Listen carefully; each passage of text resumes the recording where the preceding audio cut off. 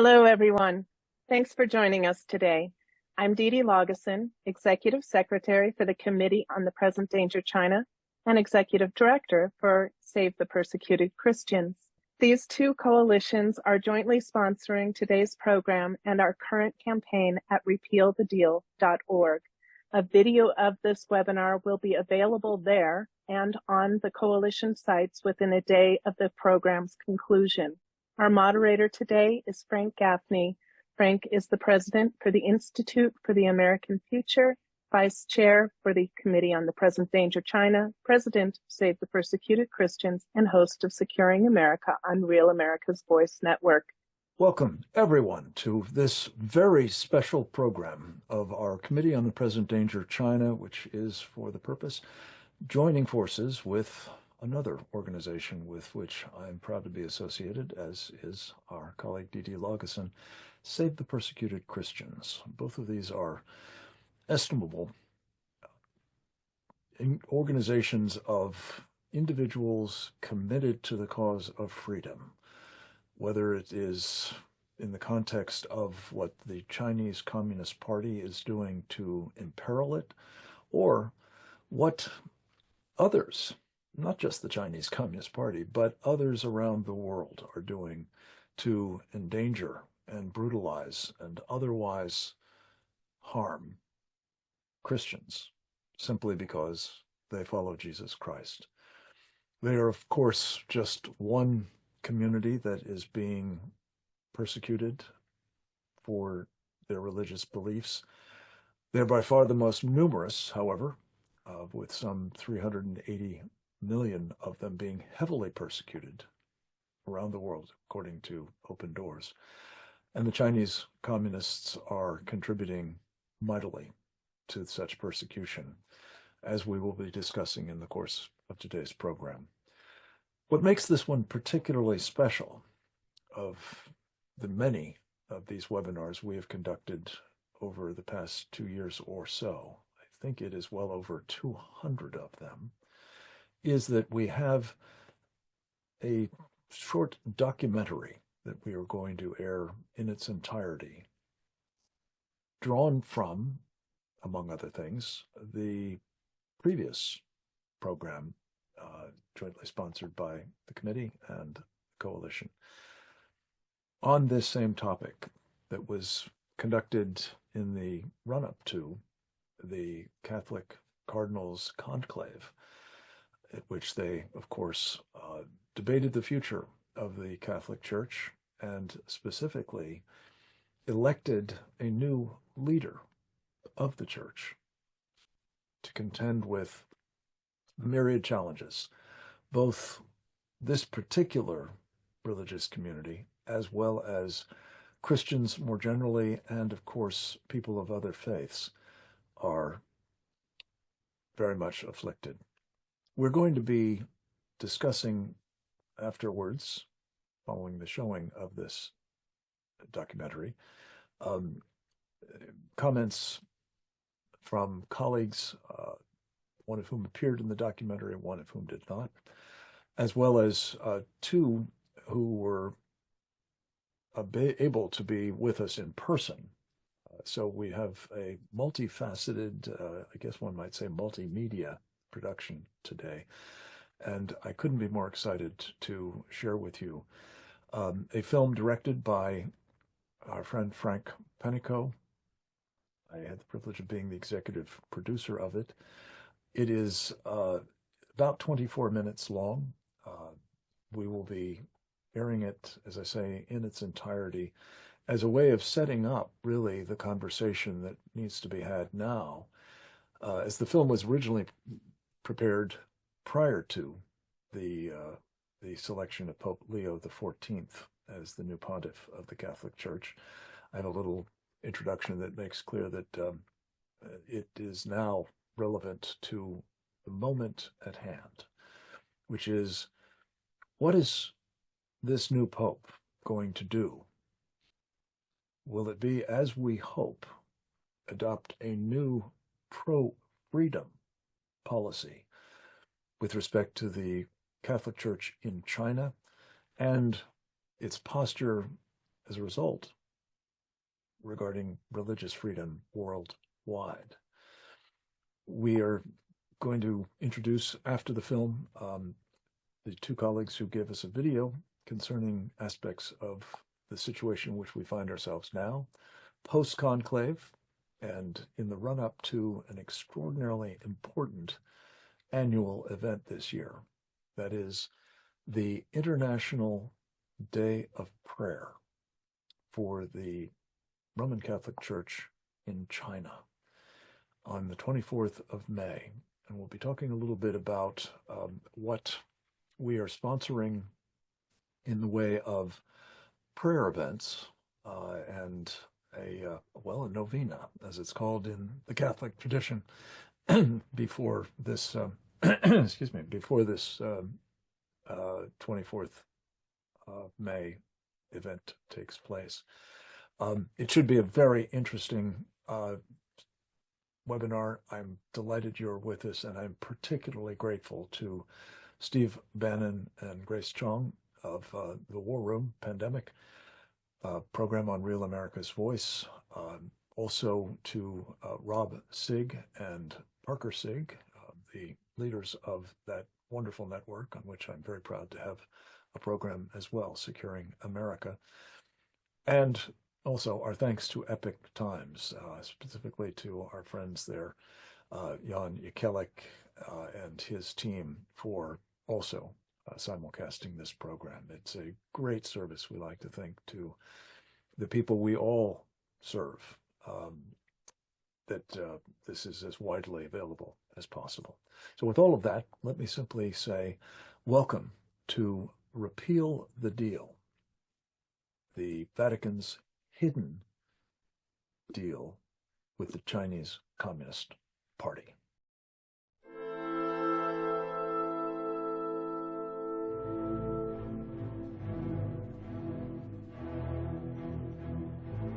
I am a devout Catholic, been a Catholic my whole life. I'm actually practicing abstinence for well over 16, 17 years. I attend Mass every day and say the Rosary. I felt it very important to speak out about what's going on right now as far as dubious things, the secret China deal. There's a sense of urgency to get this documentary done. So we'll be looking at some footage from Zoom meetings, some footage from webinars, as well as interviewees. I truly hope the Catholic leadership will tear up this secret China deal, which no one knows the content of. They need to stand with Jesus and not with President Xi. Scripture states, take no part of unfruitful works of darkness, but expose them. And I feel that this secret deal with China is an unfruitful work of darkness. With the death of Pope Francis on April 21st, 2025, the surviving members of the leadership of the Roman Catholic Church began a series of meetings to assess the state of their institution and ultimately to select a new pontiff, thanks in part to an outpouring of criticism from faithful Catholics and others. One issue loomed large in those discussions: the secret deal between the Vatican and the Chinese Communist Party, initially agreed in 2018. This film, which was first released shortly before the Cardinals' Conclave began on May 7th, tells the story of how this deal came to be, what is known about its still undisclosed terms, and the damage done in its wake to the Church in China and worldwide. The evidence presented to the cardinals about the consequences of legitimizing a Chinese communist regime determined to destroy all religions, but especially the Roman Catholic Church, with devastating impacts on her clergy, faithful, doctrine, traditions, infrastructure, and sacred texts, was clearly traumatizing. So much so that it appears to have doomed the papal candidacy of the one-time frontrunner, the secret deal's architect and principal defender, Cardinal Pietro Parolin. In other words, Cardinal Robert Prevost owes his election as Pope Leo XIV in part to the revulsion felt about the Vatican's diabolical deal with the Chinese communists. It appears that a majority of his peers, as well as millions of believers in China and globally, and countless others committed to or yearning to enjoy religious freedom, now expect the new pope to repudiate and repeal this abomination. At the outset of his papacy, the new pontiff has an opportunity to make a fresh start, to demonstrate his commitment to lead a Roman Catholic Church truly in the service of Jesus Christ, and not one that serves, quite literally, an antichrist figure named Xi Jinping. This film is dedicated to all those who call on Pope Leo XIV to repeal the deal. The recent funeral of the Pope that occurred was the first time in the history of the Church and the existence of the PRC that we actually had Chinese bishops attend a Pope's funeral. And in this case, these were bishops that were handpicked by the Chinese Communist Party. And so this is really strange that there are estimated 10 to 20 million Chinese Catholics in mainland China. And it's clear that Rome, like Washington, D.C., like Brussels, they see access to a large market of people, power, position, access to funds. And so I think what Rome has done is said, well, we will make this deal with the Chinese Communist Party in order to have unity. As one of I have some contacts down in Rome said to me in an email, said it's an important sign for Rome that shows the unity of the Chinese Catholic Church. So that it's for them, for those that are running the show in the Catholic hierarchy down there in Rome, what they want to be able to say is that they're whole and that they've got their church together. And so they were willing to say, yeah, okay, Beijing, if you want to have the final say, we'll go ahead and do that. That opens up a Pandora's box of other kinds of relinquishment of moral authority. So there's a great controversy going on inside the church, as we, I think, all are seeing in the news about who's going to be selected, and are they going to be someone out of the conservative side of the Catholic faith, or is it going to be somebody that's like the previous pope and, will kowtow to Beijing? And if that's allowed to happen, Beijing will effectively have the ability to not just monitor these 10 to 20 million Catholics and know where they're at and be able to silence them if they want, or purge them if they want, but they'll also have an inroad into the Chinese or into the Catholic strategy and the Catholic's mission inside Rome. And so they'll start leveraging, like we've seen over the last several, decade of this last pope.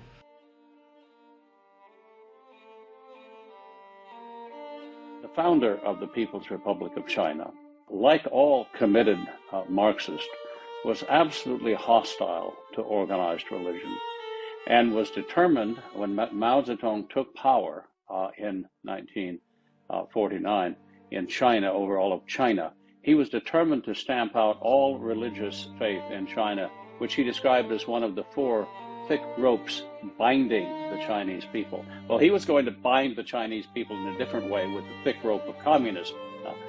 But he set out to destroy, especially Christianity, which he regarded as a foreign religion, even though it had been in China for over 1,000 years.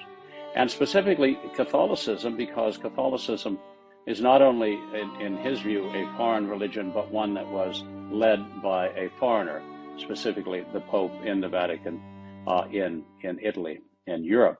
That project lasted 7 years, during the course of which many Catholics were tortured, some were martyred, and the project to eliminate the Catholic Church in China over those few years failed miserably. And so Chairman Mao at that point backed up and decided to, instead of destroying the Catholic Church, to set up a faux church, the Patriotic Catholic Church, in order to infiltrate Catholicism, control Catholicism, and co-opt the Catholic Church from the inside. That project, of course, continues to the present day with the Catholic Patriotic Church. But it failed in the 1980s and 1990s.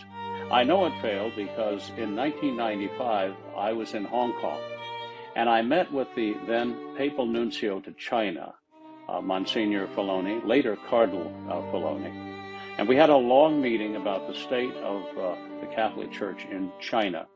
And he told me that the Catholic Church in China was united. It was not divided between the Patriotic Church and the underground church. He astonished me by saying it was united. And I said, what do you mean, Monsignor? He said, well, all of the Catholics in China are loyal to the Vatican. Nearly all the priests are as well, he said, and with the exception of 2 bishops, all of the bishops in China have been recognized by the Vatican as legitimate, licit bishops. He said the only 2 exceptions are the Bishop of Shanghai and the Bishop of Beijing, because they've made too many compromises to the Chinese Communist Party. But as for the rest, the church is unified, he said with a smile. Well, that was the happy state in the late 1990s and the early 2000s. And then in 2012, 2 things happened that dramatically changed this happy situation. Pope Benedict XVI, backed up and elected in his place, was Pope Francis. The second thing that happened was that a new leader of the Chinese Communist Party emerged, Xi Jinping, who is virtually an ideological clone of Mao Zedong, who, like Mao, hates religion and wants to stamp it out, replacing it with the cult, the ideological cult of communism. And so he began to tighten the screws on the Catholic Church at the same time that Pope Francis began to seek some sort of concordat, some sort of agreement with the Chinese Communist Party. In his naivete, in his embrace of socialism, in his desire to have some sort of formal agreement with the Chinese Communist Party, he sent to China the worst possible emissary to negotiate such an agreement. People will be astonished to learn that he sent the disgraced, defrocked ex-Cardinal Theodore McCarrick to China to represent the Vatican in its negotiations with the Chinese Communist Party over the future of the Catholic Church in China. Now, I can't imagine a worse emissary. As we all know, McCarrick was a pedophile. He had been told by Pope Benedict to withdraw from active ministry. He ignored that order, even at the time, and once Pope Francis emerged as the new Pope, he came out publicly and openly and was sent by the Pope as his emissary to China. Through the course of his 12 years, Pope Francis promulgated radical ideas, contentious innovations in his papal edicts. But the most controversial and, in fact, the most destructive action of this papacy is the secret deal with the Chinese Communist Party. And this covert agreement, initiated, negotiated, executed, and renewed 3 times by Pope Francis, has ushered in a whirlwind of persecution. The specifics of this covert deal are unknown, except that it involves the appointment of Catholic bishops in China. I believe it was kept secret because the Vatican knew that if the terms of the deal were obvious, it would send Catholics into a full-throated fury, because it would be proven that the Vatican had sold out the faith to the communists, and Francis would be exposed as a communist sympathizer.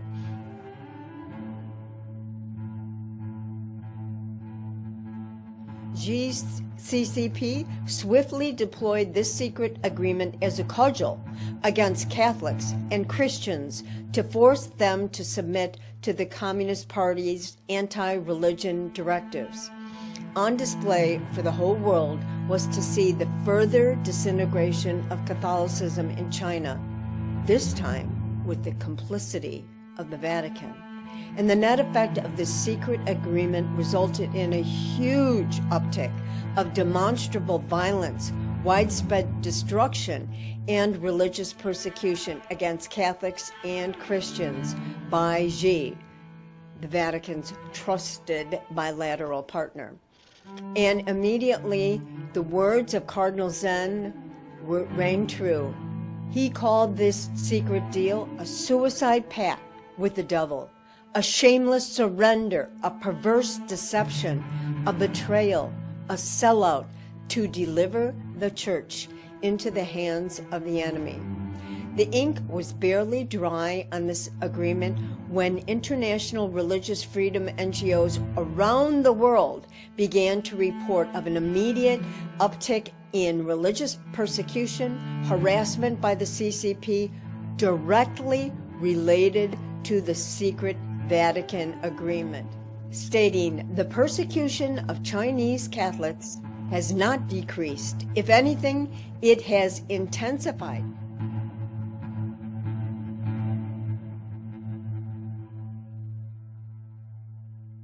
Sinicization, what is it?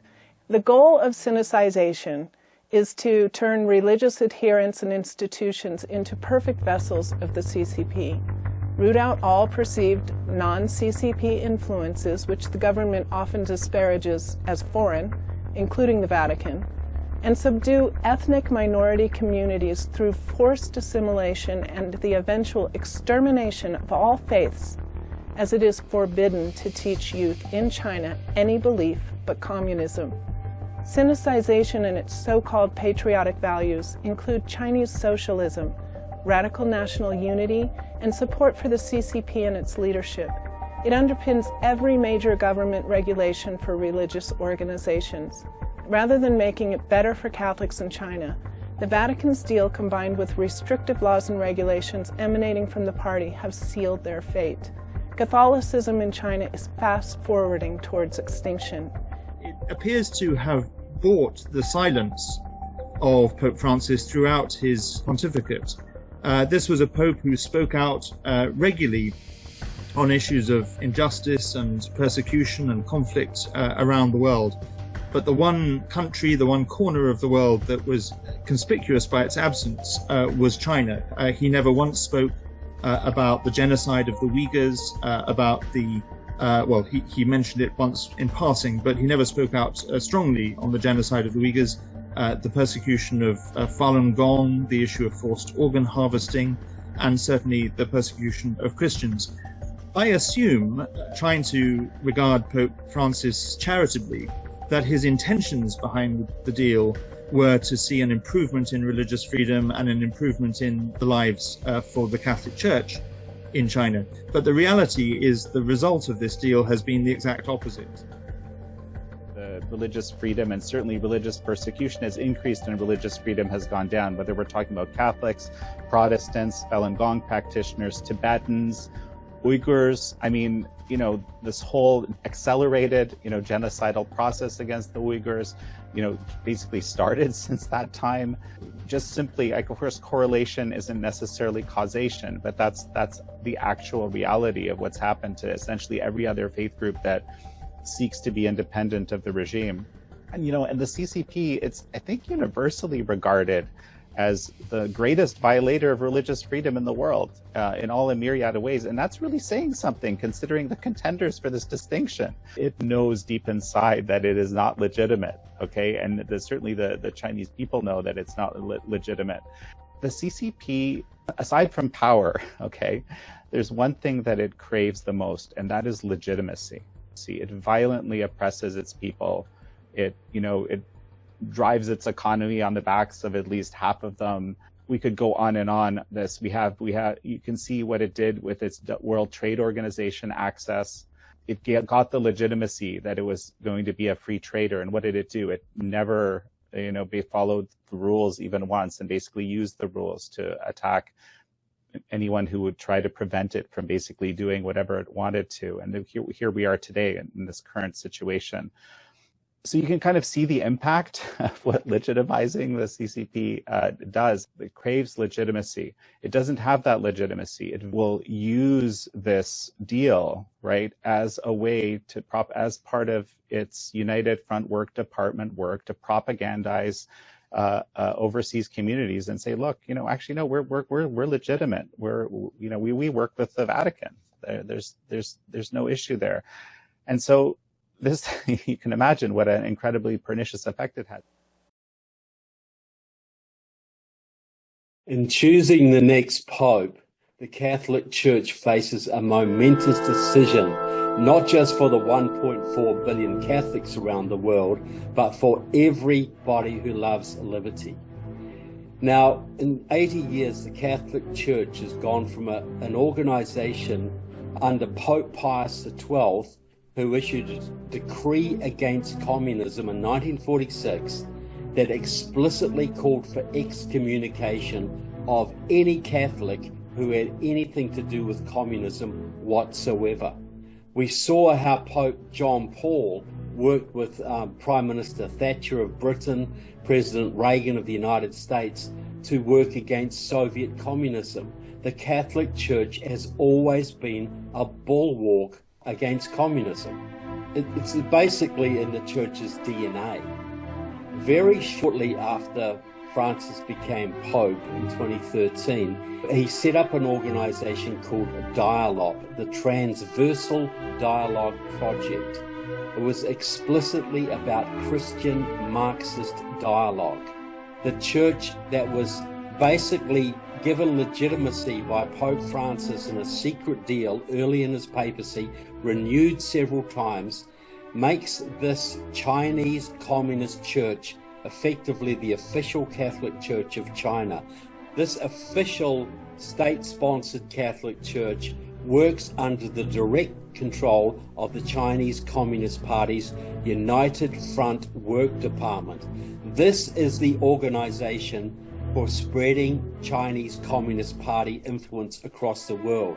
It works with Chinese friendship associations, business groups, cultural groups, political parties all across the world, many of them non-communist, but all targets of Chinese Communist Party influence. And now the Catholics of China are being drawn into the orbit of this organization. Millions of legitimate Chinese Catholics are now going to be used as puppets of the CCP.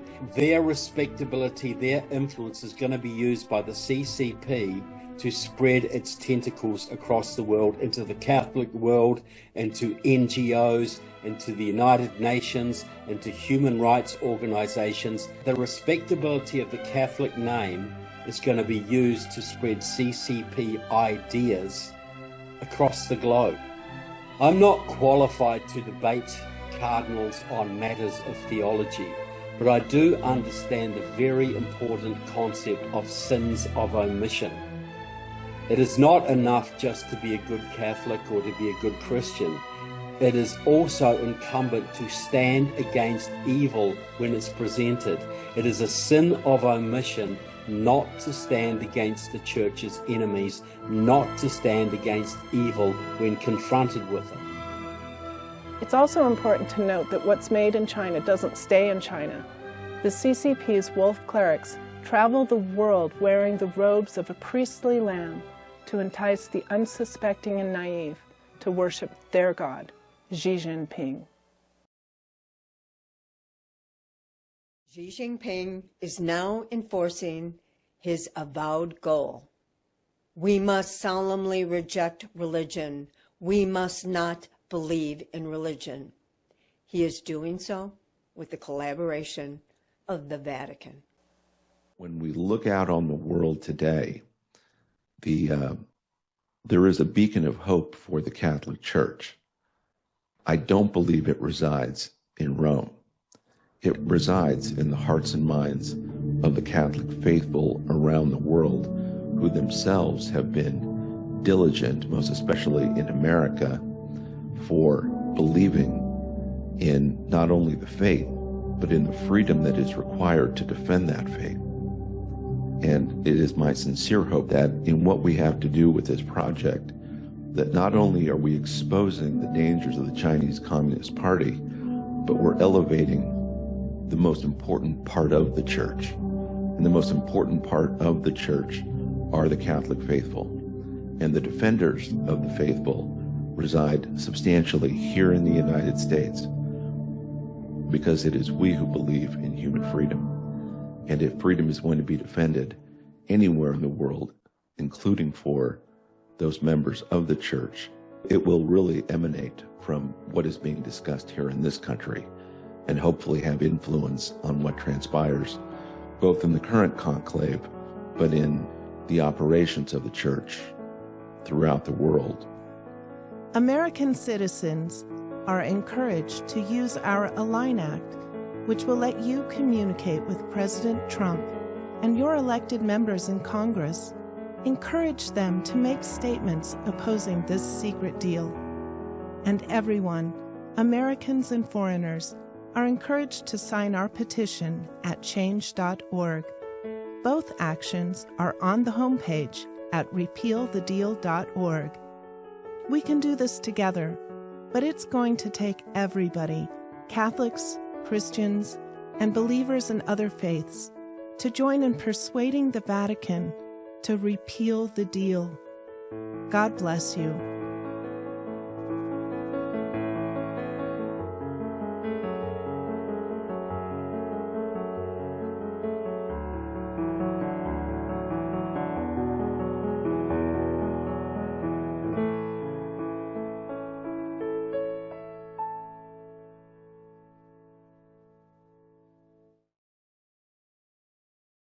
I want to thank everyone who participated in the making of that short film.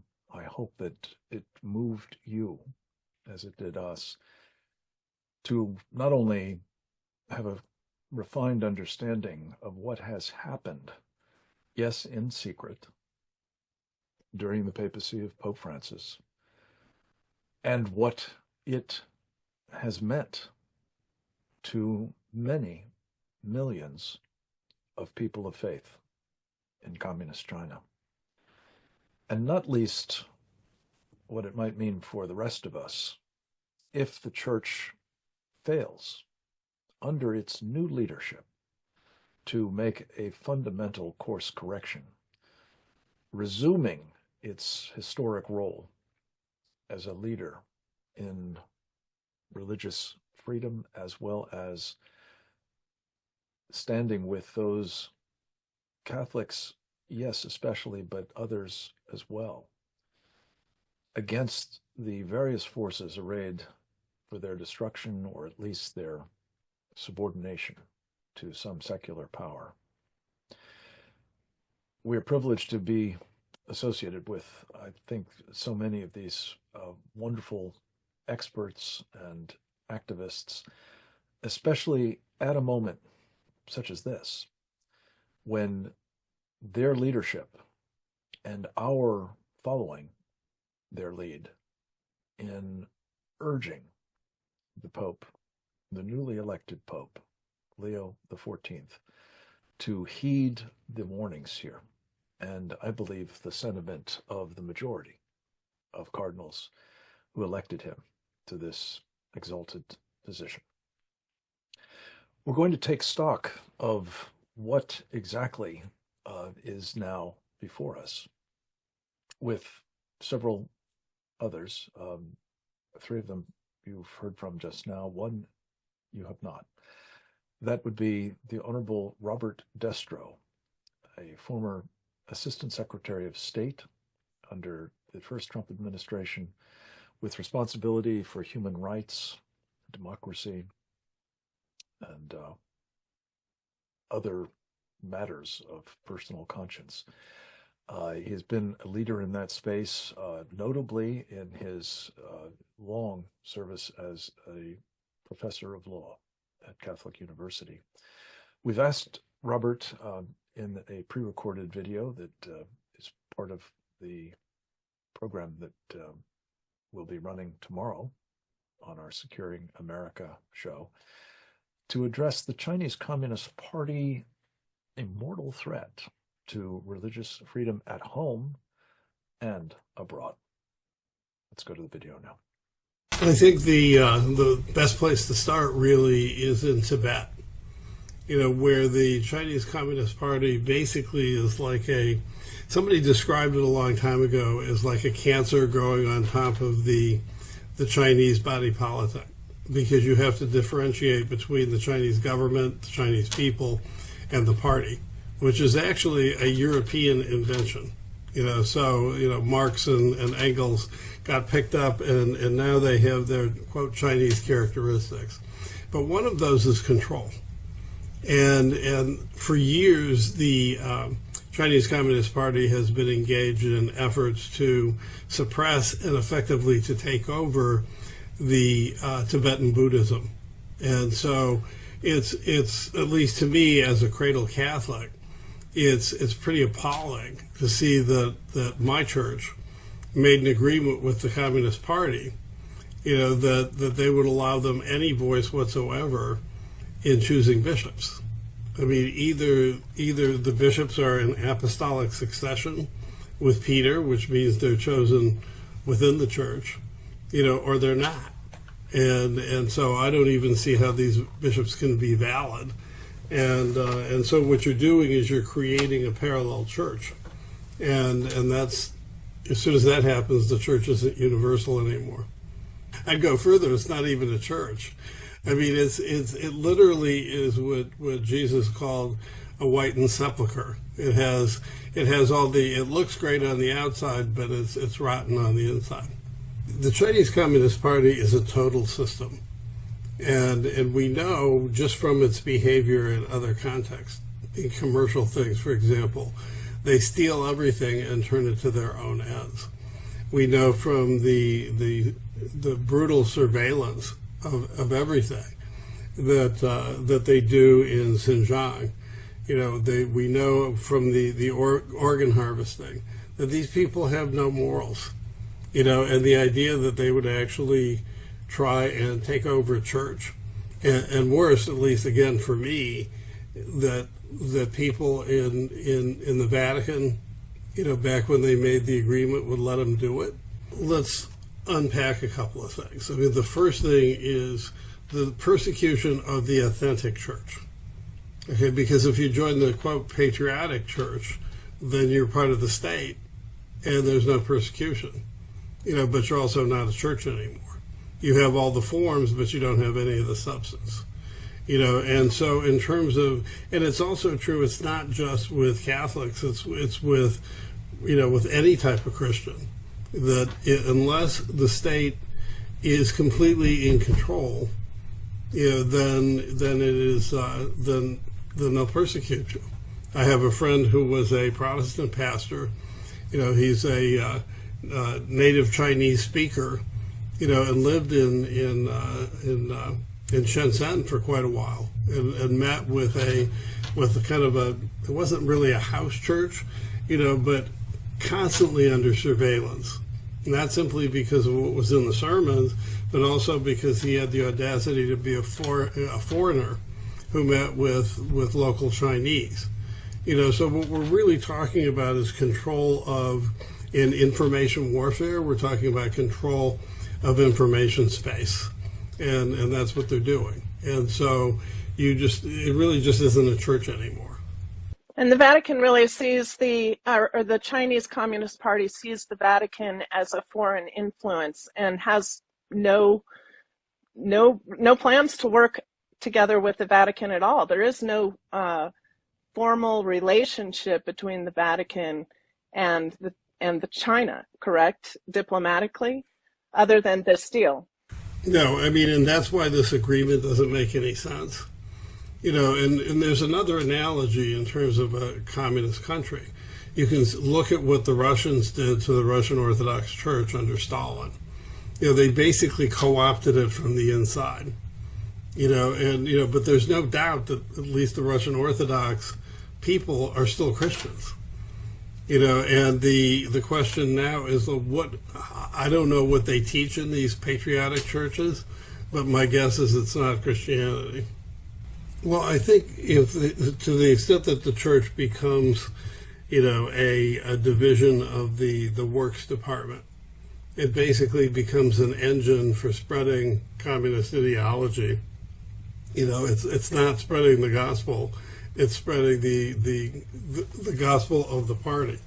Thank you, Professor Destra. This is an extraordinarily helpful input into that are operating here, and the travesty, really, that it is being enabled by the Catholic Church at the moment, unless there is, in fact, a course correction, as we are prayerful will be the case, especially in the run-up to the International Day of Prayer for the Catholic Church.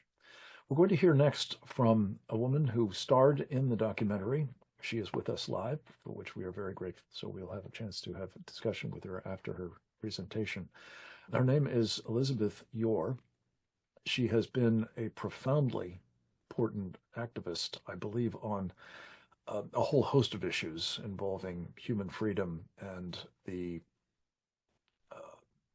efforts of various entities, whether they're drug trafficking cartels or various governments, including, of course, notably the Chinese Communist Party, resisting what they're doing, calling them out for it, and where possible, including in her service in her state of Illinois, as well as at the federal level, bringing to bear the instruments of a civilized government to protect those who are being brutalized or otherwise persecuted.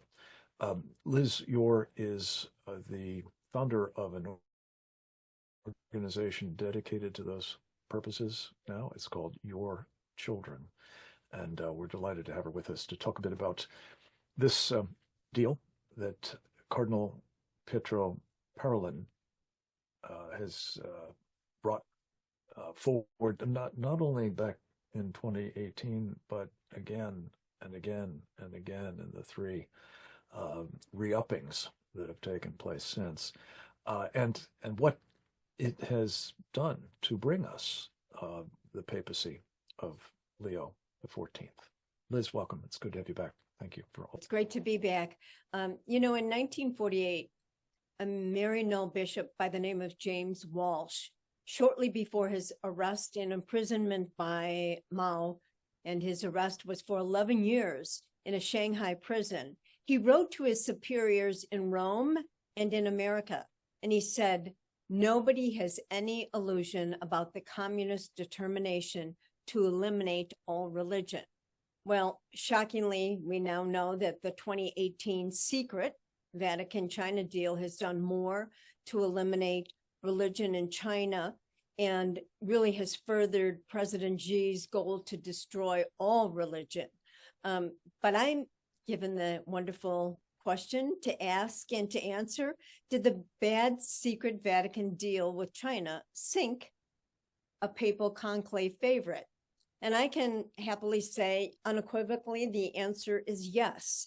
And I can also say that I believe, very firmly that because of the Committee on Present Danger China, as well as Save the Persecuted Christians, as well as this documentary and all the efforts to repeal the deal, had an enormous impact, that prior to the conclave, all the talk was about the bad China deal and how the conclave cardinals, electors, were going to deal with that. So I would argue that the top three contenders for Pope were actually scuttled because of their vocal support of the China deal. And the firestorm that we created on this documentary was so effective that the China deal really became the #1 issue in the conclave, and ultimately, I think, impacted the May 8th election. Secretary of State Cardinal Parolin negotiated the 2018 secret deal. He renewed it 3 times. And as you've seen in the documentary, the results of the deal have been a disaster. And I like the words of Cardinal Zen from Hong Kong. It was a suicide pact, which the Catholic Church was turned over to the devil. And it's not just for Catholics that this deal was bad, but it was bad for all peoples of faith in China. And before the ink was dry on this 2018 deal, we saw that China ignored the deal, went ahead to appoint its own bishops without consulting or informing the Vatican and the Pope. Now, we've witnessed a demolition of churches, crucifixes, shrines, religious buildings, arrests, disappearances, imprisonments of Catholic laity, priests, and at least 10 Catholic bishops. As recently as last year in 2024, the Human Rights Watch, the New York-based human rights watchdog, urged Pope Francis to exit the the 2018 deal. And it stated, even when the agreement was first signed, it was clear that China under President Xi was highly repressive, including towards religious freedom. But Francis ignored the critics and extended the accord for another 4 years. And even China Aid, and I think this is important because this is not just against Catholic bishops and Catholic people of Catholic faith. China Aid, which is a Christian human rights organization, said at least 50 Protestant Christian pastors have been detained or sentenced in 2023, with 15 receiving prison terms of at least 5 years. This has been the impact of the China-Vatican deal on all members of faith. Well, with the death of Pope Francis on April 21st, the immediate and pressing question before the College of Cardinal Electors was, what is the impact of this disastrous agreement on the conclave? Will Cardinal Parolin pay the price for Beijing's having reneged on its bishop selections? Well, here we are in 2025 with 10 bishops missing, and many being persecuted, and children not being allowed to attend any religious ceremony or events until after the age of 18. So when Pope Francis died, we faced this window of opportunity to end the vile deal, bring it front and center to the conclave, and demand that the deal be at the heart of the conclave negotiations and discussions by all the cardinals who assembled to elect. And we must note that Cardinal Parolin was the leading candidate for Pope, and it afforded an opportunity finally for religious freedom advocates in this very committee to shine the light on the disastrous consequences of this deal. Cardinal Parolin, I believe, by his virulent advocacy, was really toxic and became really tarnished in his attempt to ascend to the throne of Peter. Many people have now said and recognized that the deal was indefensible and is really a black stain on Cardinal Parolin and made him, in fact, unelectable. But interestingly, there were others who were supporting the China deal and others who were number 2 and 3 behind Parolin. Those were Philippine Cardinal Tagle and Italian Cardinal Matteo Zuppi. They all supported the secret Vatican deal. All 3 were resoundingly defeated. And I believe that this is a message of the death knell directly related from the China deal. Well, interestingly, in the run-up to the conclave, the 93-year-old retired Hong Kong Cardinal Zen attended these pre-conclave meetings, and it was reported, and I think this is very important, that he did not speak about the China deal, although, in my opinion, his presence spoke volumes to all the other cardinals. Well, the World Day of Prayer for China is going to focus all the people of faith around the world on the persecutions of Chinese people of faith. And I think it's important to remember the prophetic words of another Catholic cardinal who was imprisoned for 30 years and tortured by the CCP, Cardinal Ignatius Kung. He said the church in China has suffered severe persecution. We have been able to stand in the front line of the church. This is our glory. We should be glad and rejoice. What a great glory it is for us that we can cooperate with Christ in carrying out his work. The blood of the martyrs is the seed of the church. Well, folks, we have been successful thus far in bringing attention to this deal. Now we must double down since a new Pope, Pope Leo, has been elected, and we must speak with one united voice and demand that the Vatican-China deal be repealed, rescinded forthwith. It should be at the top of his agenda. There is not one iota of evidence or rational explanation to support its ongoing existence. Catholics, and not only Catholics, are watching. The entire world is watching closely with intense interest to see if Pope Leo has the courage, the bold faith to rip up this agreement. The die has been cast. It is blood red. China has made a mockery and a fool of the Vatican. So let us join hands and pray throughout the coming days for a total and complete repeal of the Vatican-China deal, and it will reverberate throughout the world, bringing hope to people of faith. Thank you. Liz, your wonderful presentation and sort of exhortation to action. We're going to build on that theme here momentarily. We're going to hear, though, next from another of our contributors to the documentary, Benedict Rogers. He has unfortunately not been able to be with us in person on this occasion, virtually or otherwise, but he has, again, provided a very important contribution through an interview that we did with him for Securing America.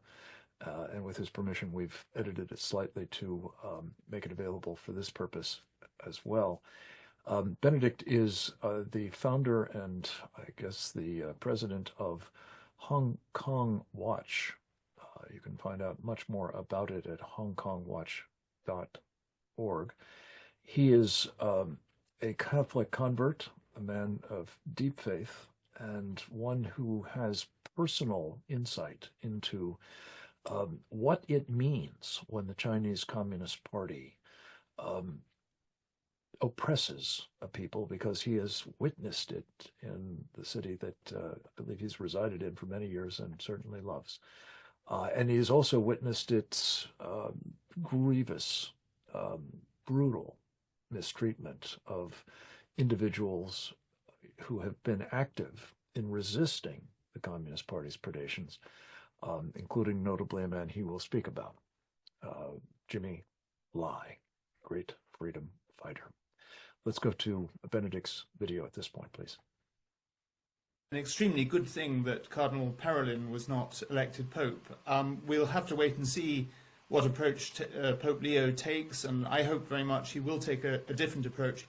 But certainly, I would say anyone would have been better than Cardinal Parolin, who was the architect of that deal. So that was a good outcome.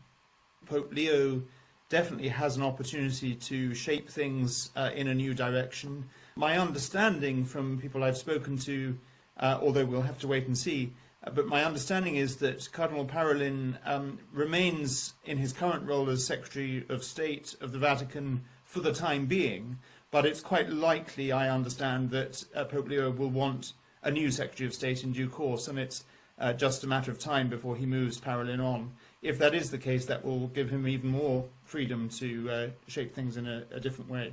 It's probably too early to say definitively, but one thing that Pope Leo said just a few days ago that gave me some cause for hope was he made a speech to the press corps in the Vatican, where he spoke very passionately about the importance of press freedom, freedom of expression, journalists around the world who've been imprisoned.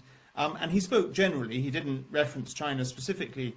But if he can speak passionately about freedom of the press and freedom of expression in general terms, then surely at some point he can do the right thing and speak out for example, Catholics like Jimmy Lai, a media entrepreneur in jail in Hong Kong.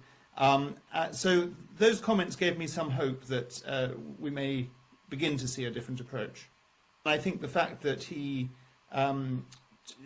made those remarks so early in his pontificate.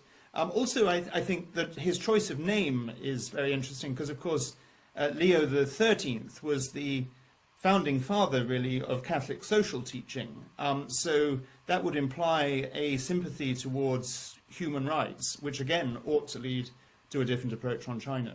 Speaking of human rights, you mentioned the terrible abuse to which Jimmy Lai, a great hero of, I know the people of Hong Kong and I think people who love freedom worldwide, what he's being subjected to by the Chinese Communist Party.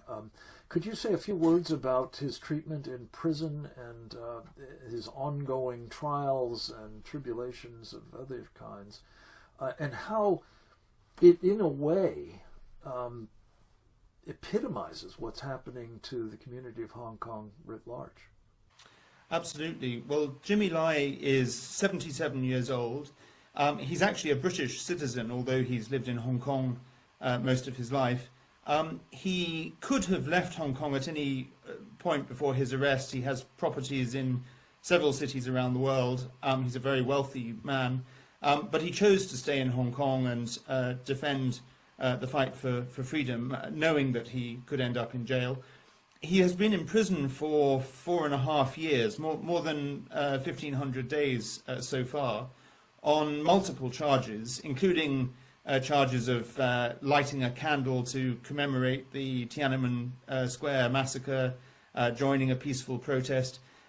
But he still hasn't actually been convicted or sentenced under the biggest charge he faces, which is under the national security law. We expect that trial to conclude later this year, and he faces a minimum of 10 years and the possibility of life. So he's very likely to die in jail, given his age and the length of the sentences. He's in solitary confinement. He's denied the right to receive Holy Communion. He has about 50 minutes a day of exercise, so he's in his cell more than 23 hours a day. And he's diabetic, and he's not receiving the medical care that he needs and deserves. Well, this is a cause to which Pope Leo should address himself directly and urgently, and hopefully as part of this idea that he is not going to continue Pope Francis's practice of turning a blind eye to all of it and thereby appeasing the CCP.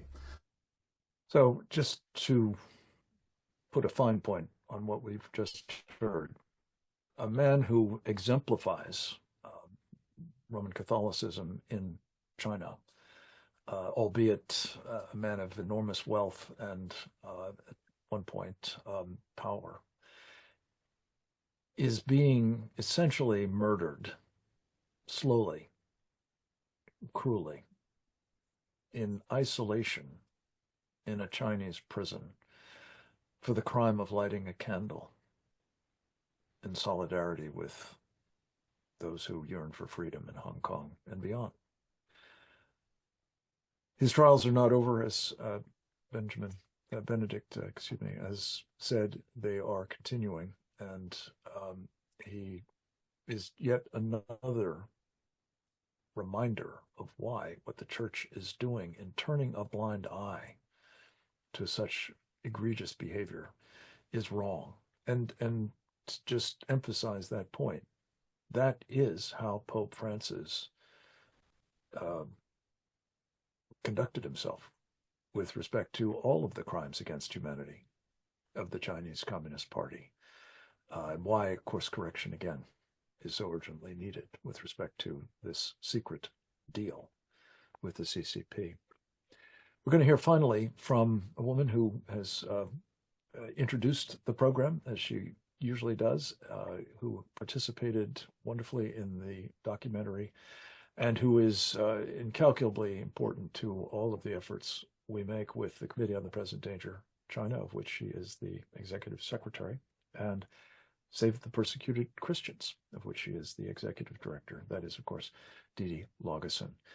We've asked Didi to talk a bit about a campaign that we are launching with this webinar, a prayer for the church in China and all believers, a novena, and campaign for Pope Leo to repeal the deal. Thank you, Frank. I'm so glad to be here, and if I have too many hats to wear, it's all because of America's greatest patriot, Frank Gaffney. So thank you. I'm so glad to be here with all of you today. As executive director of Save the Persecuted Christians, I am a Catholic who leads a very large group of human rights experts and academia and others who are concerned about the persecution of Christians worldwide And we are all kinds of flavors of Christianity. So I can say that it is really a wonderful thing to be able to come together as a Christian, as a Catholic, with people who may not be Catholic, but who still feel the need to pray for what's happening to the Catholic Church in China. In order to keep people engaged and prepare, we are doing 9 days of prayer for the Catholic Church in China. It's a prayer movement to inspire Pope Leo XIV to have a change of heart on the agreements made with the Chinese Communist Party. The Vatican's World Day of Prayer for the Church in China is May 24th. And as Frank explained earlier, Catholics love to pray novenas, 9 days of prayer leading up to something big, so that we really can just immerse ourselves in prayer and unite ourselves in solidarity with the very faithful Chinese Catholics who have been put into such a predicament because of this deal. They were happy, Frank and Liz, and everybody here knows they were joyful in their suffering. And for Catholicism, suffering is key to one's spiritual journey, as Jesus set the example and told us that if we wish to be his disciple, we ought to pick up our cross daily and follow after him, and that no slave is greater than his master. We are going to suffer as Christians in this world, but that's a joyful thing when you know that your suffering is for Christ Jesus. And so under the patronage of St. Joseph, who was officially named the patron saint of China in 1924, this Repeal the Deal novena seeks to uplift Chinese Catholics facing persecution and suppression under the Chinese Communist Party, and to encourage the Holy See to be reconciled and reunited with the long-suffering Chinese Catholics who are now experiencing increased persecution, alienation, and confusion as a consequence of this deal. The Catholic Church in China, with its roots back to the 1600s, faces an ongoing campaign by the CCP to isolate Chinese Catholics from Rome and to establish a state-controlled patriotic church. These measures, like property expropriation, surveillance, propaganda, being told on by your neighbors, maybe even your children, as children in China are not allowed to practice worship or learn any new faith. So we ask you to pray with us for the next 9 days, starting today. We've set themes for each day: strength and endurance today, for Chinese Catholics to find courage and hope in Christ amidst persecution and restrictions. And then throughout the 9 days, we have other themes and prayer intentions that you can ponder as you offer the prayers. You'll find these prayers at repealthedeal.org. And it's just a really great way to draw inspiration, and especially from Cardinal Ignatius Kung, who Liz mentioned before. He endured decades of torture for refusing to renounce the Pope. And his words resonate so deeply with me: to separate from the sole representative of Jesus Christ on earth, the Roman Pontiff, is to make myself losing the most basic Catholic faith, becoming a heretic without the Pope. And he stayed strong in his faith, and Catholic Christians were persevering and growing in faith and increasing in numbers before this deal. So there really isn't a reason for the deal to be here because of that. This initiative underscores the universal call to stand for truth. As Dom Guéranger, a Benedictine monk hailed for restoring monasticism in France after the French Revolution, reminds us, when the faith is compromised by someone in authority in the church, the true Christian is the one who makes a stand for the truth. So join us in the prayer movement. to reveal and repeal the deal at repealthedeal.org. And thanks so much for praying with us over the next 9 days. Thank you, and thank you most especially for your leadership in all of these areas. I wanted to this up to a little bit of back and forth. We don't have a lot of time, but I do want to ask both of you questions.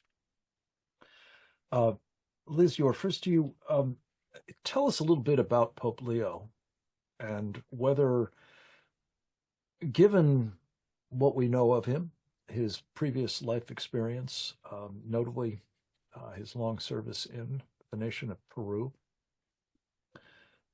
he may be susceptible to persuasion on this score, or whether there may be sufficient loyalty to the man whose patronage brought him to this high office, Pope Francis, that he may feel unable to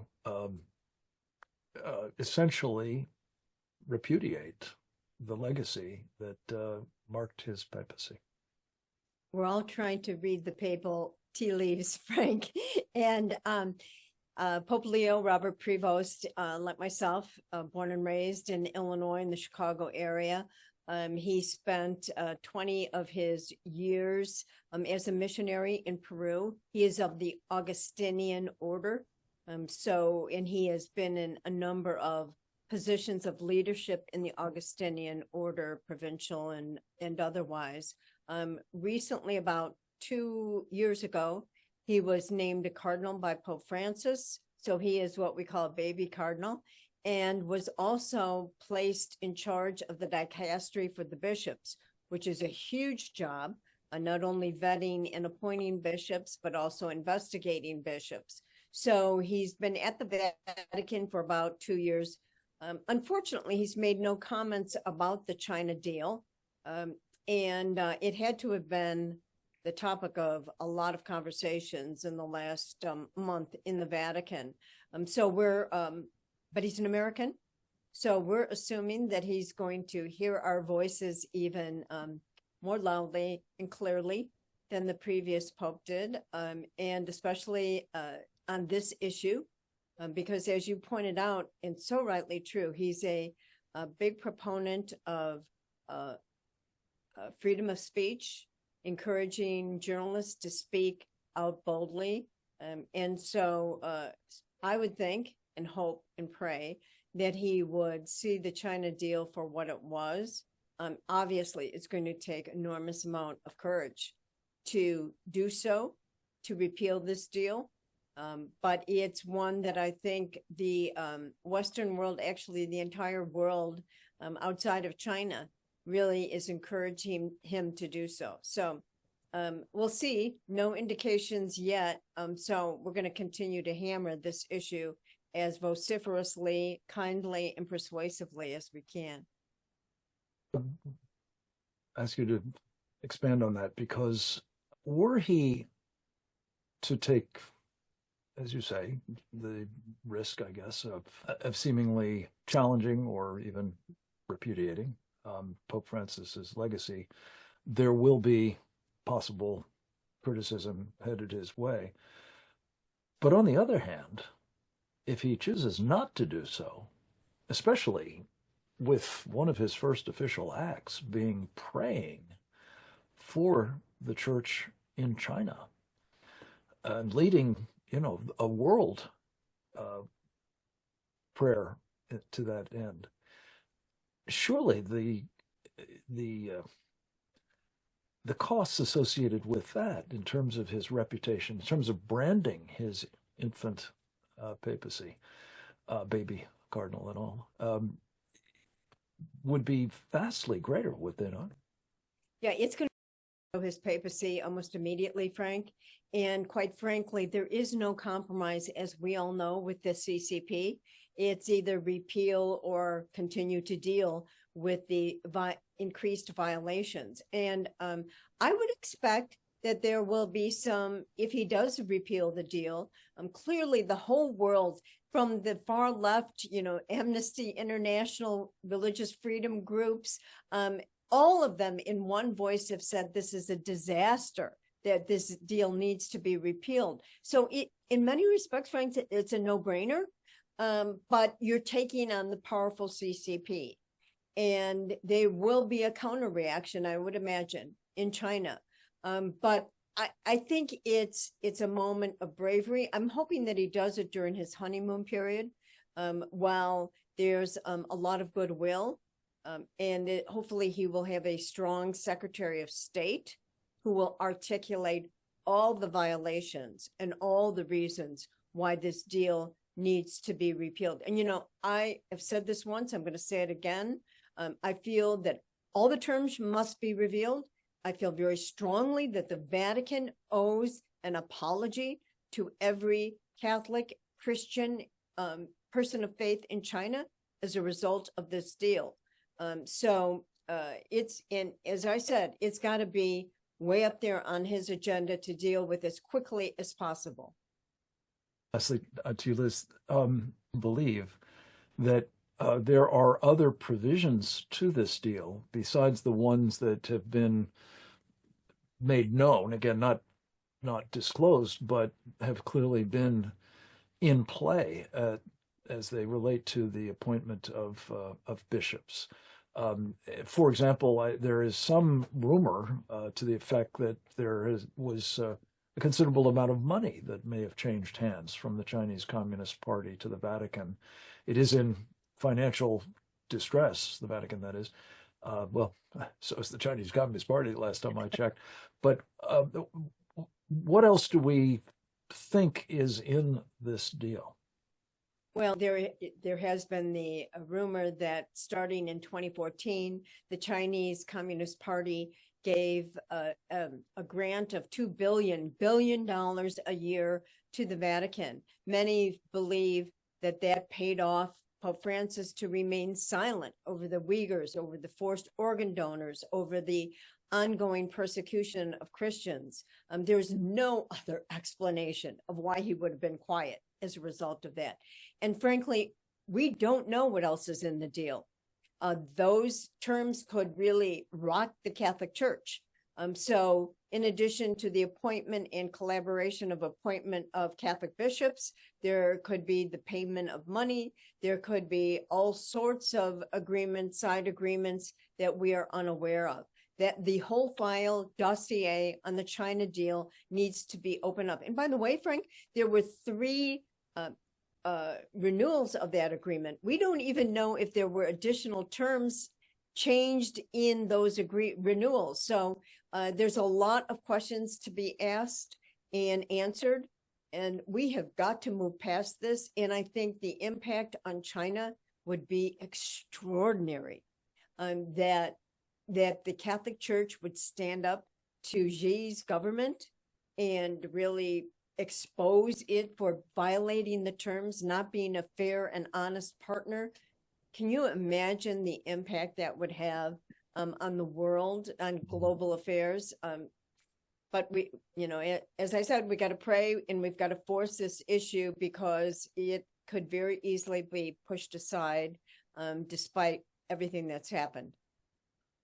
I want to come back to you on that point, but before we do, Dee, again, thank you for your help in conceiving of and really putting into place key elements of a campaign to enlist the largest possible outpouring of prayer and encouragement to Pope Leo XIV to rescind this deal, reveal its terms too, as Liz said, but to dispense with it going forward so that it isn't an affliction on his papacy. But I'd like to get your thoughts on why it is that the Chinese Communist Party view Christians as such a threat as to require this kind of oppression and effort to well, not just co-opt, but really to destroy the Catholic Church and other faith institutions. Civilization began in China under Mao Zedong. It really had to do with imperialism and foreign influences. And that has never changed under Chinese leaders. Indeed, that is why the CCP named 2 bishops just shortly after Francis's death, when nothing was supposed to be going on other than the cardinals gathering in Rome. So they totally, and even after Pope Francis died, the Chinese Catholic Patriotic Association posted to their website a notice of his death at the very bottom of the page with only 2 lines and nothing else. They didn't make a statement. They didn't send a representative. The Chinese Catholic or the Chinese communists have no intention of dealing with the Vatican directly. They are leading the way, and the Vatican is on their knees caving to communists, atheist communists. It's completely, it just boggles the mind that we find ourselves in this situation, Frank. And makes all the more important, again, the efforts that we're talking about here. And Didi, in terms of the interfaith aspects of this, the novena is, of course, a particular characteristic of the Catholic Church. But how is it that these efforts that we're talking about might benefit in addition and deserve the faith participation of people like those championing Tibetan Buddhists, Uyghur Muslims, the Falun Gong practitioners, and the like? Frank, Xi Jinping and his bully party are the worst abusers of human rights in the world towards, and their abuse is directed primarily at religion, because no thing can come between a communist and its subject. There cannot be a God above that they can place their hope in and turn their attention to. Xi Jinping wants the worship due to Christ alone for himself. The Chinese communists are right now committing genocide against the Uyghur Muslims, who we have advocated for tremendously in the past. We've seen what has happened to the Tibetan Buddhists. Nobody ever talks about what's happened to Southern Mongolians who have lost their language and everything that made them who they are. Because under communism, everything is bland, everything is gray, everything is equalized, nothing stands apart from another, and the only thing to be elevated is Xi Jinping himself. So they're going hard. You mentioned, going after the Bible, the story where Jesus, tells those who've gathered to stone a woman who has been found sinning, to those who haven't sinned to cast the first stone, and they all leave. Well, instead, in China, they've rewritten the scripture in curriculum to tell the story that Jesus stoned the woman herself. And in the commandments, they've removed the first commandment. There is no other God but God alone. You should not worship anything but God alone. So they are there, and you can't buy a Bible in China online anymore at all. And to seek out a Bible, it's terrible. So we try to take a look at all of those who have been persecuted, and the Protestant church in China is massive and growing still, but they go after them too. And every single person who follows some form of faith or belief in China automatically gets a lower social credit score. You're at risk for not being able to rent housing, of being thrown out of schools, of not getting jobs, of being surveilled and harassed, and even turned in by your neighbors, and possibly detained and having your organs harvested. This isn't just the Uyghurs to whom this is happening to. China is a dark box. And since May 1st, no foreigner can participate in China with a Chinese citizen for any religious purpose whatsoever at all. So it truly is a dark black box. We have no idea what's going on in there other than that we know that the crucifixes have been torn down and replaced with Xi Jinping. We know that bishops and clergy are mandated to promulgate the doctrines of the CCP and not the Catholic Church. So the Vatican has given this deal and given legitimacy to these clerics who, as I said in the documentary, travel the world. Cardinal Stephen Chow was at Boston University in December giving the commencement speech. And so we see this is pernicious, and it is something that absolutely must come to an end. Back to you, Liz.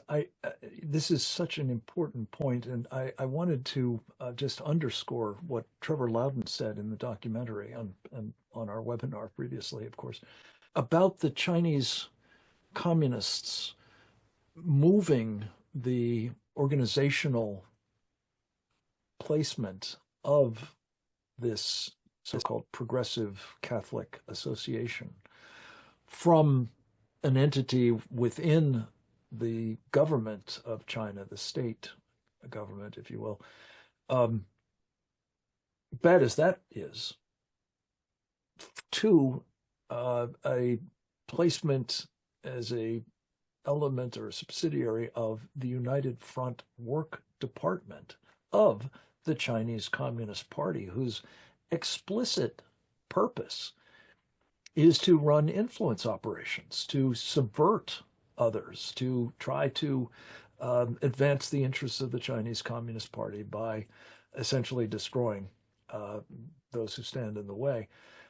Could you comment on the significance of that and how, again, I just want to bring this back to what is the choice before Pope Leo? Is he going to endorse these arrangements? Is he going to explicitly countenance the church being party to them in the future, including all of the things that Didi's just talking about? I mean, my head explodes at the idea that the image of Jesus Christ on the cross is being removed and replaced by the image of Xi Jinping in any church.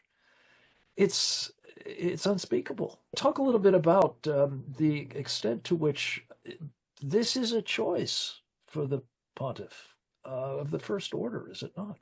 It is. What has happened is a usurpation of the Catholic Patriotic Church, and the faithful Catholic underground church has been crushed, and any resemblance of a Catholic church has now been taken over by the political party, the United Workers' Front in China. So it has become a tool, as was warned 70 years ago, that the Patriotic Church is a fraud. It is a tool of the Communist Party to absolutely erase all religion.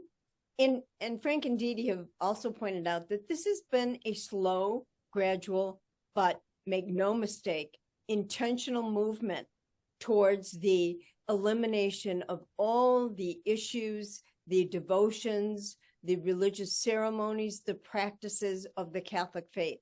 It has been slow and steady. But first and foremost, what did they do? The communists are so smart.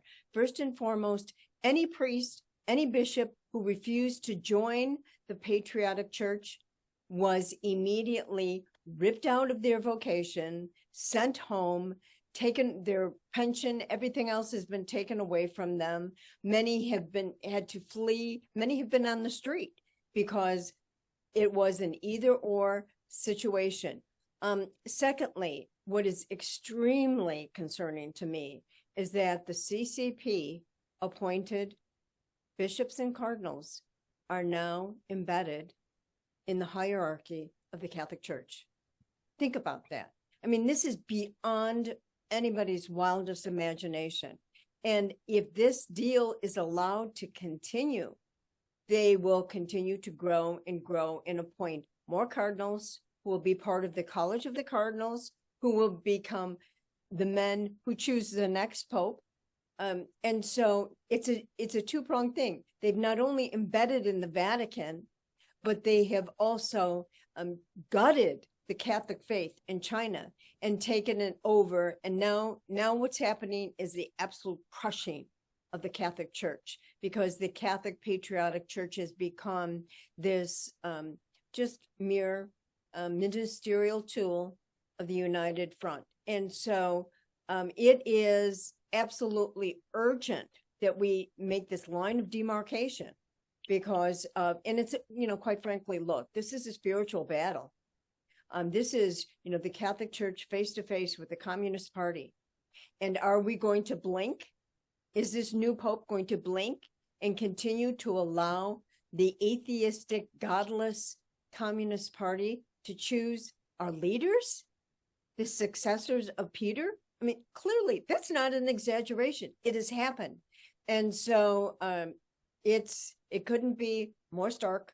And he's going to have to make a decision. And that will really measure the man, I believe. But we need to continue to create create the stark decision making that needs to be done immediately, and to lay out all the facts as Dee Dee has. And these are the facts we know because they've leaked out from China. We don't have many eyes on China about the persecution. What we hear is terrifying. Catholics, Christians are well aware of the spiritual battle ahead of us. And this one, it seems to me, is one that we can no longer blink or ignore. It's time to step up in the breach and speak truth to power and demand that Pope Leo do the right thing for the church. In the history of the great martyrs in the Catholic Church of China, who knew what the communists were like, who didn't blink, who were so brave and so fearless. There's one story about Cardinal Kong, who was in prison for 30 years, tortured, solitary confinement. Most Catholics thought he was dead. And when he was finally released, they asked him, "Were you tortured?" And this humble, beautiful, faithful man never lost the faith and said, "I'm not going to talk about torture. That's between God and myself." I mean, that's the kind of people that we are fighting for. And that is embedded in the soul of China. The Cardinal Kungs, the Bishop Walshes, the Cardinal Zens. These are the men that we need to step up and defend the Church of Jesus Christ. Amen. Beautifully said, Liz. Dee Dee, just last and quickly, people find out more about the documentary, where they can share it, as well as the novena and other efforts that the Repeal the Deal movement is making now to exhort Pope Leo XIV to change course. Is at repealthedeal.org, repealthedeal.org.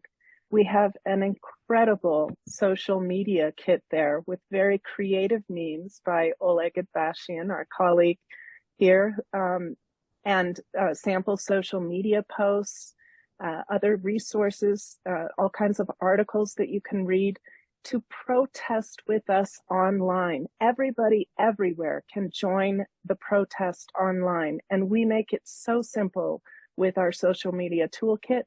We have the Align Act that has been spoken of before, where Americans can reach to President Trump and their elected representatives in Congress to ask them to also make bold statements about the need for this deal to be repealed.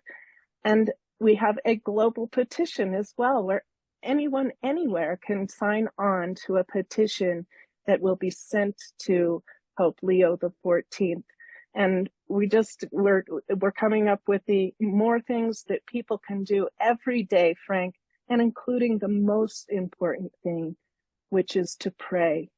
Whatever your faith, whatever your belief, we're all united in the common respect for the dignity of each human person and their right under the Universal Declaration of Human Rights to worship freely and to transmit that faith to their children.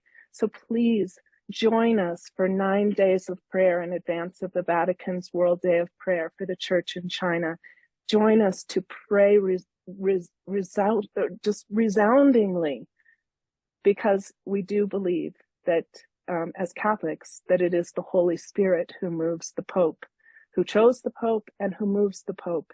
And we really do hope and pray that this Pope Leo is a holy Pope united to that Holy Spirit and has the courage to act now while he is in his first 100 days. Thank you, Didi. Thank you, Liz. Thank you to Benedict Rogers and, of course, to Robert Destro, as well as all of the others who were featured in the documentary. We are privileged to be part of this epic moment in the history of not just the Roman Catholic Church, but of religious freedom and tolerance, and urge that all of you, especially those of you who have come to this program because of your concern about what the Chinese Communist Party is up to, and to appreciate that what is going on here is indeed, as Liz Yours just said, spiritual warfare between good and evil. We must have in Pope Leo XIV a man who will prove himself right out of the gate to be a leader for good, and not someone who is prepared, as did his predecessor, to subordinate his Catholic Church to evil incarnate. We pray, indeed, for his rising to this occasion and for the grace that I believe will attend it, should he do so. I want to thank all of you for being with us and for, I hope, as I'm fond of saying, going forth and multiplying. God bless you, and God bless Pope Leo XIV. Back to you, Didi. Thank you, Frank. A video of this webinar will be posted to repealthedeal.org and our coalition websites within a day of our program's conclusion. Please share this and our other programs with your elected representatives, colleagues, and other networks. For webinar notices for the Committee on the Present Danger China, updates and news, subscribe to our Substack at presentdangerchina.substack.com and follow us on X at CPD China, where you'll also find short video clips that can be shared from the documentary. Join us again next week for another installment of our Committee on the Present Danger China webinar series on the CCP's unrestricted warfare against America and the free world, and how the CCP captured elites betray the USA. Thanks again for joining us, and goodbye.